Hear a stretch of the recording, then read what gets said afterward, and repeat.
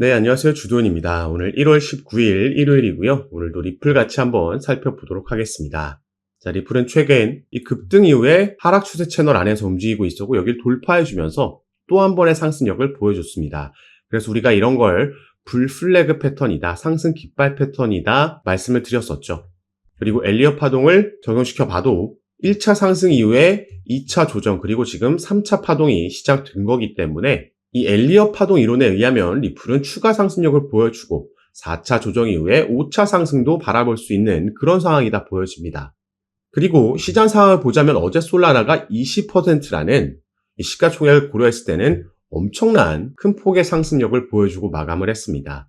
그리고 솔라나가 이렇게 상승력을 보여줄 수 있었던 데에는 그 명확한 재료가 있었죠. 자, 바로 트럼프의 공식 밈코인이 솔라나 기반의 네트워크에 상장이 됐기 때문에 이 소식이 전해지면서 트럼프 밈코인은 무려 1000%라는 미친 급등을 보여줬고요. 이로 인한 수혜를 솔라나가 받으면서 어제와 같은 상승력을 보여준 거였습니다. 그런데 트럼프가 공식적으로 밈코인을 출시하고 또 이것을 홍보한 행위가 우리 리플의 소송과 XRP에도 영향을 줄 수 있다라는 기사가 나왔습니다. 그래서 이 부분을 내용을 같이 한번 살펴보실 건데요. 자, 트럼프 대통령 당선인이 트럼프라는 밈코인 출시와 홍보를 했고요. 이게 XRP 소송 및 규제 환경에 중요한 영향을 미칠 가능성이 있다라고 리플의 변호사가 직접 분석을 했습니다. 자, 리플의 변호사 빌 모건은 이 트럼프 밈코인 출시가 XRP 소송에 미칠 영향을 강조하면서 규제의 필요성을 제기한 거죠.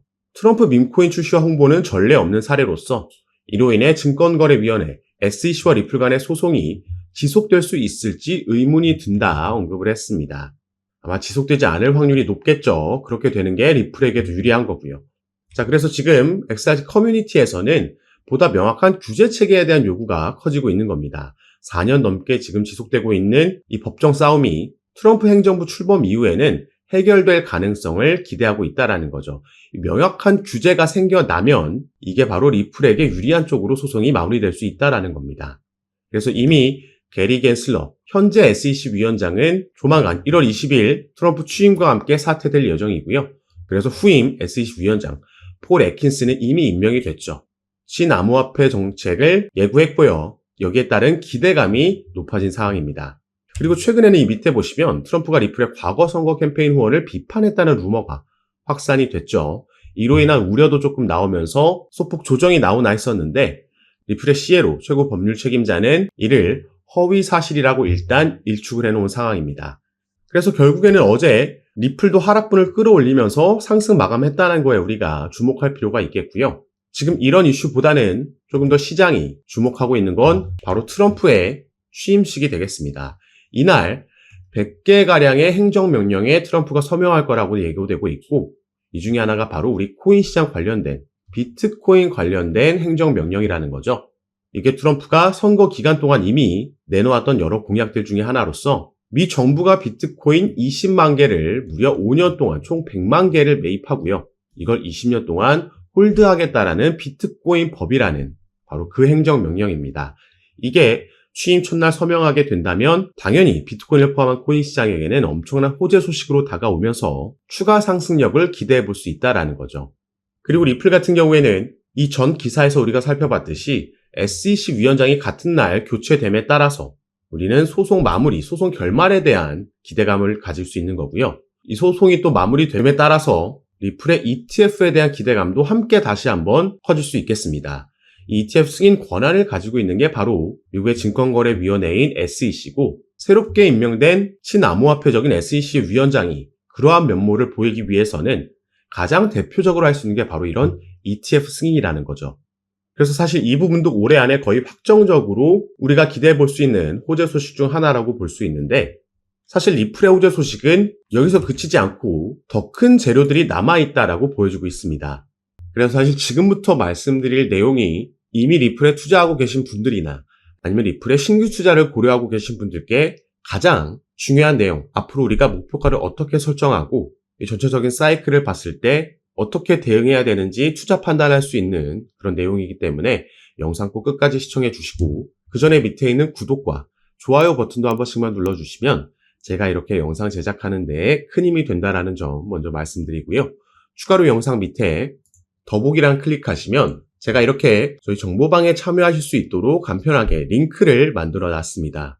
이 링크 클릭하시고 연락 주시면 제가 정보방 입장을 도와드릴 거고요. 정보방에서는 앞으로 나올 수 있는 이 시장의 변수들, 최근에는 거시경제 이슈들과 같은 이슈들이 있었는데 이런 이슈들에 우리가 어떻게 대응하면 좋을지, 여기에 따라서 시장은 어떻게 방향성을 잡고 움직이고, 그래서 이 부분을 모니터링하면서 여기에 따른 알맞은 대응 방법과 구체적인 타점까지도 공유해 드리면서 여러분들 매매하시는데 도움을 드리면서 함께 진행하고 있는 방이니까요. 이런 정보들 받아보시면서 여러분들 투자 판단에 참고하시고 매매 진행하시면 더욱 좋을 것 같습니다. 트럼프 당선으로 인해서 암호화폐 기업들의 IPO 가능성이 커졌다라고 나와 있습니다. 자, 그리고 이 IPO에 대한 기대감은 이전부터도 계속해서 나왔죠. 일단 10월 달에도 리플의 CEO는 이런 얘기를 했습니다. 일단 당시에는 IPO는 우선순위가 아니다. 자, 대선 전이죠. 다만 리플의 CEO가 이런 발언을 했음에도 상장이 된다라면 XRP의 가격은 급등할 거다라는 전망은 사실 이전부터 나왔다라는 거죠. 자, 밑에 내용을 보시면요. 리플의 IPO 가능성에 대해 추측은 수년간 제기되어 왔습니다. 2022년 갈링하우스는 리플이 향후 상장될 것이라고 자신감을 표명한 바 있으며 SEC와의 소송이 마무리된 이후에는 IPO를 검토하겠다라고 언급을 했죠. 그리고 여기에 대한 시장 기대감. 자, 월스트리트 출신 애널리스트 린다 존스는 리플이 만약 IPO를 추진한다면 주가가 $600까지 상승할 거라고 전망을 했습니다. 이 주가 같은 경우에는 리플 랩스가 나스닥에 상장하고 나서 이 IPO를 한다라는 건 리플이 증권시장에 나스닥에 곧 상장한다라는 걸 의미하는 겁니다.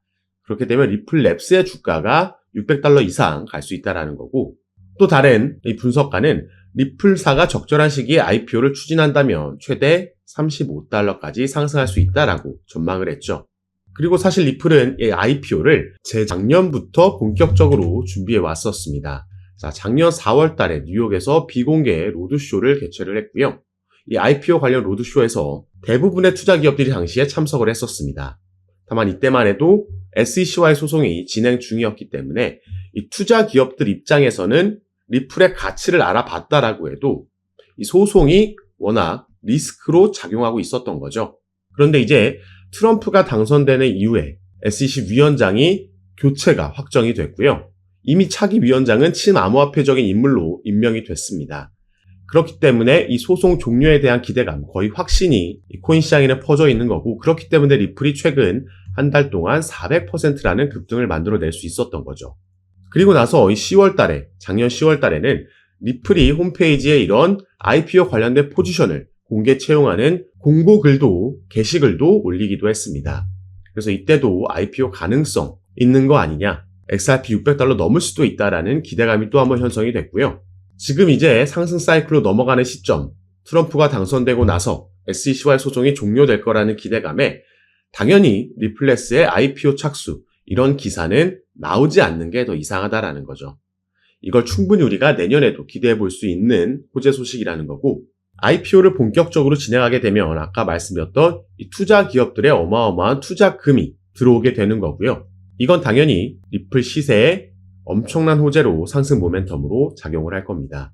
그래서 첫 번째로는 여기에 대한 기대감 우리가 가져볼 수 있겠고, 자, 또 한 가지는요. 제가 이 부분 전에 말씀을 드렸습니다. 자, QCP 캐피털의 공동 설립자인 다리우스 시트는요. 암호화폐 시장은 미 대선보다 블랙록의 역할이 더 중요하다라고 얘기를 했습니다. 자, 누가 이길지는 중요하지 않다. 다만 그보다는 블랙록이 암호화폐 시장에 진출한 게 더 중요한 이슈다라고 얘기를 한 거죠. 이 블랙록의 CEO인 레리 핑크라는 인물은 비트코인은 가치 저장 수단이다 발언을 했고, 이미 암호화폐가 미국에서 투자 수단이 됐음을 의미한다라고 얘기를 했습니다. 자, 바로 이 블랙록이 암호화폐를 주류화시킨 장본인이라고 나와 있죠. 작년에 비트코인의 급등이 시작되면서 1억 원을 넘기고 신고가를 경신할 수 있었던 그 시작점이 바로 블랙록이 비트코인의 현물 ETF를 신청했다라는 소식이 전해지면서 이게 시작이 됐던 겁니다.